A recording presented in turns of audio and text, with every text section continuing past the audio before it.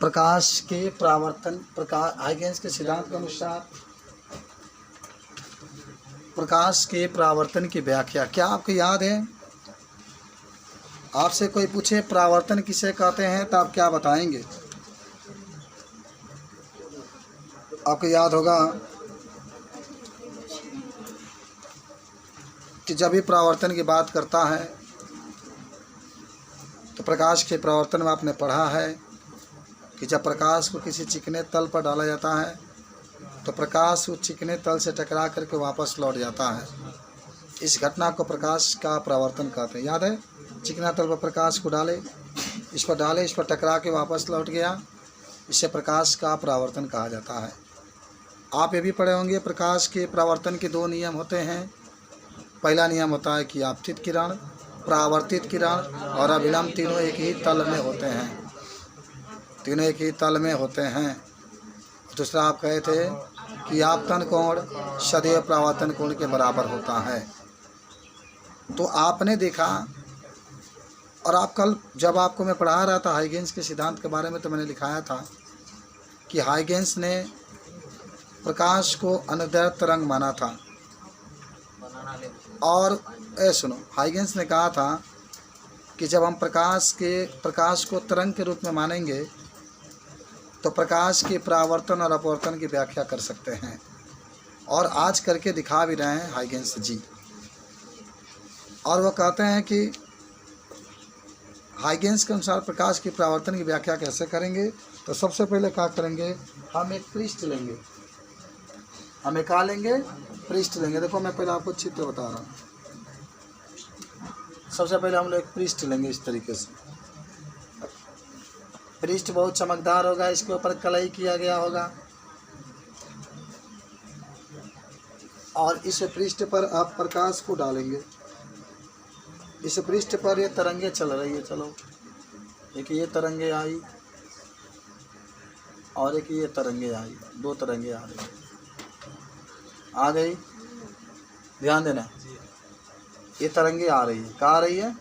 ऐसा कौन सा तरंग कहते हैं? आपतित तरंग। ये कौन तरंग है? आपतित तरंग। इसके ऊपर जब पृष्ठ खींच देंगे तो इस पृष्ठ को हम लोग क्या कहते हैं? तरंगाग्र कहते हैं।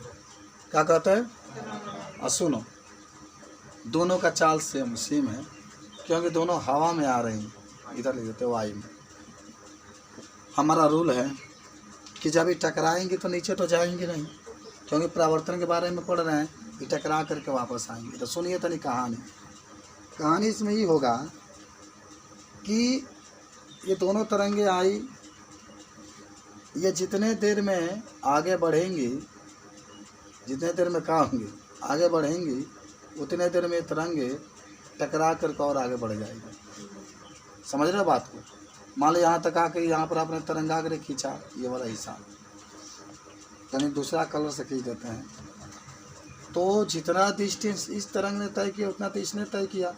अभी आगे टकरा गई, अभी यहाँ तक है, तो जितने देर में ये आगे बढ़ के यहाँ तक जाएगी उतने देर में टकरा कर कहाँ आ जाएगी? आगे निकल जाएगी। फिर ये तरंगे टकराएगी, फिर ये जो तरंगे आगे गई है वो टकराएगी, और फिर ये भी टकरा कर कहाँ आ जाएगी? आगे बढ़ जाएगी, और ये भी आगे बढ़ जाएगी। इस तरीके से समझ में आया? ये टकराई देख रहे हो, ये जा कर के टकराई है, टकरा कैसे निकल गई। अब आपको हम एक चीज़ बताते हैं कि यहाँ अभिलंब डालेंगे, क्योंकि ये आपतित है, टकरा के गई है, परावर्तित है, ये अभिलंब होगा, इसको यन मान लो। और एक यहाँ पर भी अभिलंब डालेंगे, जिसको आप यन डैश मान लीजिए। डाल लिए अभिलंब। अब आपको एक मैं चीज़ बताऊंगा कि यहाँ से यहाँ जो कोण बनेगा आई, और इसमें यहाँ से यहाँ जो कोण बनेगा आर। अब इसका नाम भी आप लिखिए। हमारे पास दो तरंगे चल रही थी, एक पी ए। यहाँ पर क्यों बैठे हो? ये प्रश्न का उत्तर अपने दिमाग से पूछो। ये पी है, ये क्यू है। कितना मेहनत लग रहा है पढ़ाने में? अरे तो मेहनत करने वाला नहीं है, नहीं तो समझ जाता कि पढ़ाई की कीमत क्या होती है।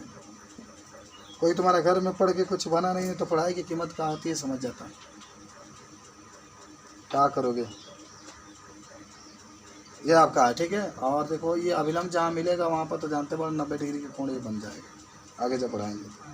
चलिए ठीक है। तो आपने किया का यहाँ जितने थी उसने हमने क्या किया, खींच दिया। इसका नाम आप जहाँ पे दोनों मिला इसका नाम डी लिखिए, क्या लिखिए, डी। चित्र बन गया, देख लो क्या चित्र आपको समझ में आया, आ गया होगा। अरे ये देखो सबसे पहले 2 तरंगे ली गई है, ये वाला यहाँ तक, कहाँ यहाँ तक गई।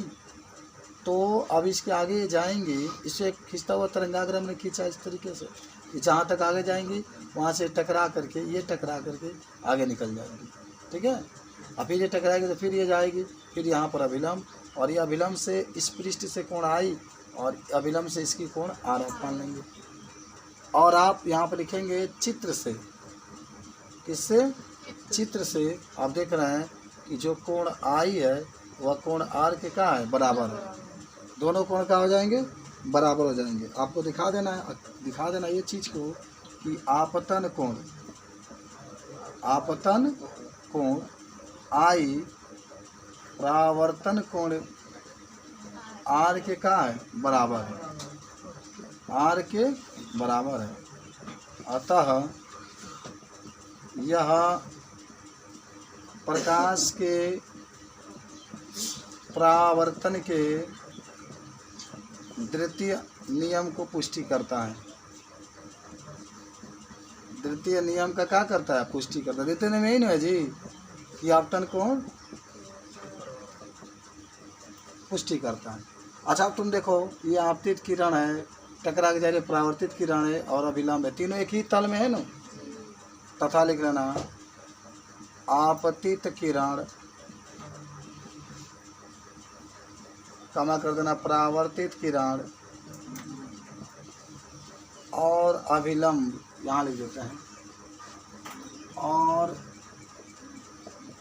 अभिलंब तीनों एक ही तल में हैं, तीनों एक ही तल में हैं। अतः ये प्रकाश के परावर्तन का प्रथम नियम का पुष्टि करते हैं। अतः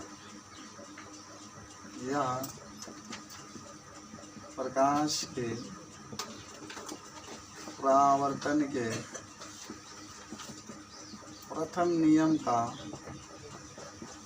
पुष्टि करते हैं, पुष्टि करते हैं। इस प्रकार हाइगेंस ने प्रकाश की परावर्तन की व्याख्या किया। इस प्रकार हाइगेंस ने प्रकाश के परावर्तन का